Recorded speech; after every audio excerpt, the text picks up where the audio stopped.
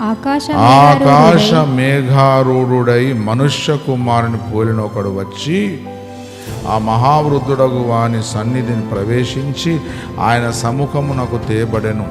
సకల జనులను, బాగా వినాలమ్మ, సకల రాష్ట్రములను, ఆయా భాషలు మాట్లాడువారును ఆయనను సేవించున్నట్లు ప్రభుత్వమును మహిమయు ఆధిపత్యమును ఆయనకి ఇయ్యబడెను. ఆయన దూతనైతే ఆయన అంటారా?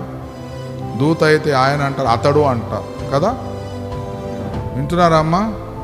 హల్లెలూయా. ఇంకేమంటున్నది లేఖనం? ఆయన ప్రభుత్వము శాశ్వతమైనది, అది ఎన్నటికీ తొలగిపోదు. ఆయన రాజ్యము ఎప్పుడునూ లయము కాదు. మనము దూత రాజ్యం కోసం వెయిట్ చేస్తున్నామా, యేసయ్య రాజ్యం కోసమా? చెప్పరేందమ్మా? యేసు ప్రభు రాజ్యం కదా. మరి ఇప్పుడు మనుష్య కుమారుడు అంటే ఎవరు ఇక్కడ? దేవుడు. హల్లెలూయా. మనుష్య కుమారుడు అంటే మనిషి కాదు. దానియేలు గ్రంథంలో దేవుడు సెలవిస్తున్నాడు, ప్రియ దేవుని బిడ్డలారా, మనుష్య కుమారుడు అనగా